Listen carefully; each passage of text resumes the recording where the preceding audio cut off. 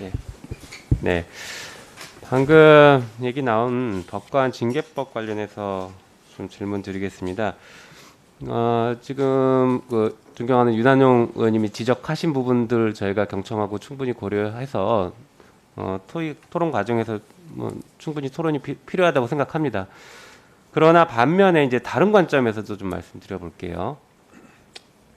이게 법관의 징계가 그러니까 헌법에 나와 있는 것처럼 법관에 대해서는 징계로서 파면이나 해임이 불가능하지 않습니까?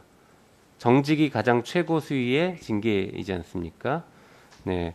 그래서 뭔가 잘못을 한 법관이 아무리 잘못을 해도 탄핵이 되지 않는 한 정직 1년, 최고 1년 이후에는 다시 복귀해서 재판을 할 수밖에 없는 그런 구조입니다. 그건 맞습니까? 예, 구조는 그렇게 되어 있습니다. 근데 그렇게 법관징계법이 규정되어 있는 연원은 헌법에 법관은 탄핵이나 금고 이상의 형사처벌을 받지 않는 한 파면되지 않는다라고 헌법에 규정이 되어 있기 때문에 그 얘기를 하고 있는 하위 것입니다. 법률인 법관징계법에 그렇게 규정을 한 것입니다. 네. 법관징계법이 잘못됐다는 말씀을 드리는 게 아니라 지금 그 얘기를 하고 있는 것인데요. 네. 지금 상황이 우리 현행 헌법의 구조 하에서는 잘못이 있는 판사가 재판에 다시 복귀하는 일이 비일비재할 수밖에 없는 구조이고 그러한 구조를 제대로 끊어내거나 문제를 제대로 시정하기 위해서는 탄핵 제도가 제대로 활용돼야 될 수밖에 없는 구조이지 않습니까? 차라리 문제가 있는 법관을 법원에서 해임이나 파면을 시킬 수 있는 징계를 했다라고 하면 그 계속 말씀하시는 왜 입법부가 사법부에 대해서 탄핵을 하냐라는 이런 논란이 오기 전에 사법부 자체 내에서 정화 기능이 충분히 작동되면 제일 좋았을 것인데 우리 헌법 구조상 그게 지금 어렵지 않습니까? 그러면 결국엔 우리는 국민들과 그리고 입법부에서는 당연히 탄핵 제도를 고려할 수밖에 없는 그런 지금 시스템입니다. 그러니까 탄핵이 조금 더 아까 말씀하신 것처럼 중차대한 문제일 수도 있지만 반면에 그 법관의 그 징계나 해임할 수 있는 구조가 제한적이기 때문에 오히려 탄핵 제도가 조금 더 활성화돼야 될 필요성은 있다 이렇게 생각이 되긴 하거든요. 그 부분에 대해서 동의하실지 모르겠지만 그 관점에서 좀 말씀드립니다.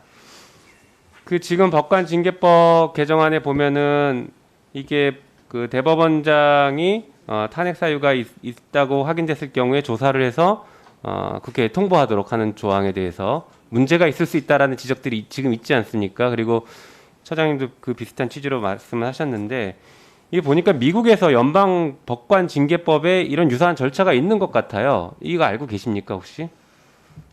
예, 자세한 내용은 모르지만은 네. 그 지금 유사한 규정이 있다고 들었습니다. 그럼 미국도 아까 논리대로면 지금 그 사법부의 독립이 엄청나게 침해되고 있으면 안 될 만한 제도가 있다. 우리가 이렇게 평가할 수 있습니까? 그렇지는 않을 것 같은데요. 어느 나라보다 지금 상권 분립이 잘 작동하고 있는 나라다라고 우리가 평가하는 게 미국 아닙니까?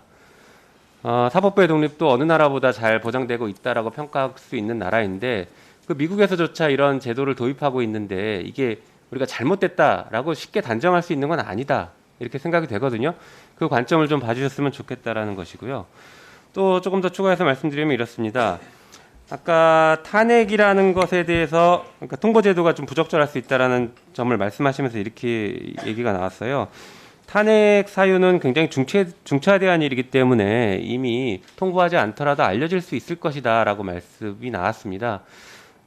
저도 그 의견에 대해서는 기본적으로 동의는 하지만 그렇지 않는 경우도 매우 많을 수 있다라는 점을 좀 고려하셔야 될 것 같습니다.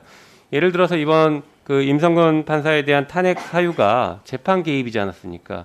재판 개입 아무도 몰랐습니다. 심지어 그 재판을 받았던 피고인조차도 몰랐습니다. 한참 뒤에 폭로가 있고 그리고 그 뒤에 수사가 있고 여러 가지 상황들이 조사가 되니까 확인됐던 것이죠. 이건 법원 내에서만 알지 외부에서 알 수가 없는 일입니다. 특정 재판부에 대해서 다른 상급 그 인사권자나 상급 그 판사가 이래라 저래라라고 재판을 개입한다는 걸 외부에서 어떻게 알 수 있겠습니까?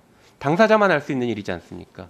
그런 것들을 그것이야말로 정말 그 재판의 독립을 실질적으로 침해하는 행위들인데 그런 행위들을 탄핵 대상으로 삼을 수 있는 행위들을 외부에서 알 수 없는 것을 법원 내에서 조사해서 확인이 되면 통보할 수 있는 절차 이런 것들은 또 필요할 수 있다 이렇게 생각이 되거든요.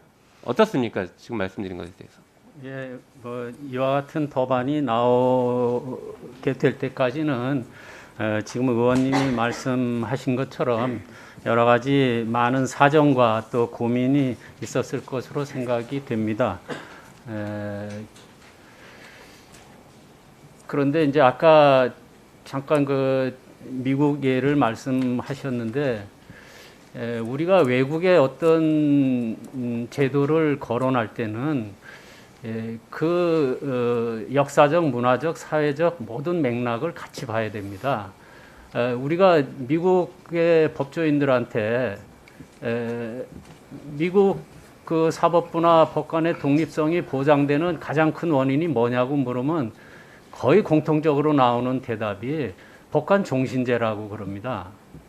근데 그런 사회적 맥락이 틀리기 때문에 외국의 예를 우리나라에 바로 이렇게 비교하기는 조금 어려운 점이 있지 않나 이렇게 생각을 하고요. 기자님, 아까 말씀하신 대로 잠깐 제가 조금 시간이 없으니까 말씀드릴게요. 그 지금 사실상 우리나라도 뭐 법관이 자기가 그 사표를 내지 않는 한 거의 끝까지 가지 않습니까? 정년까지. 그 부분은 저도 비슷한 구조라고 생각되고 꼭 그것 때문에 이 제도가 필요하다 아니다라고 평가하기는 좀 부적절하다고 생각합니다. 한편으로 지금 사법부 독립이 굉장히 중요한 헌법 가치인데 그것과 유사하게 그 입법부가 사법부를 견제하기 위한 탄핵제도 역시 굉장히 중요한 헌법적 가치입니다. 그렇지 않습니까? 맞습니다. 네, 이 정도로 마치겠습니다. 예, 김용민 의원님 수고하셨습니다. 다음은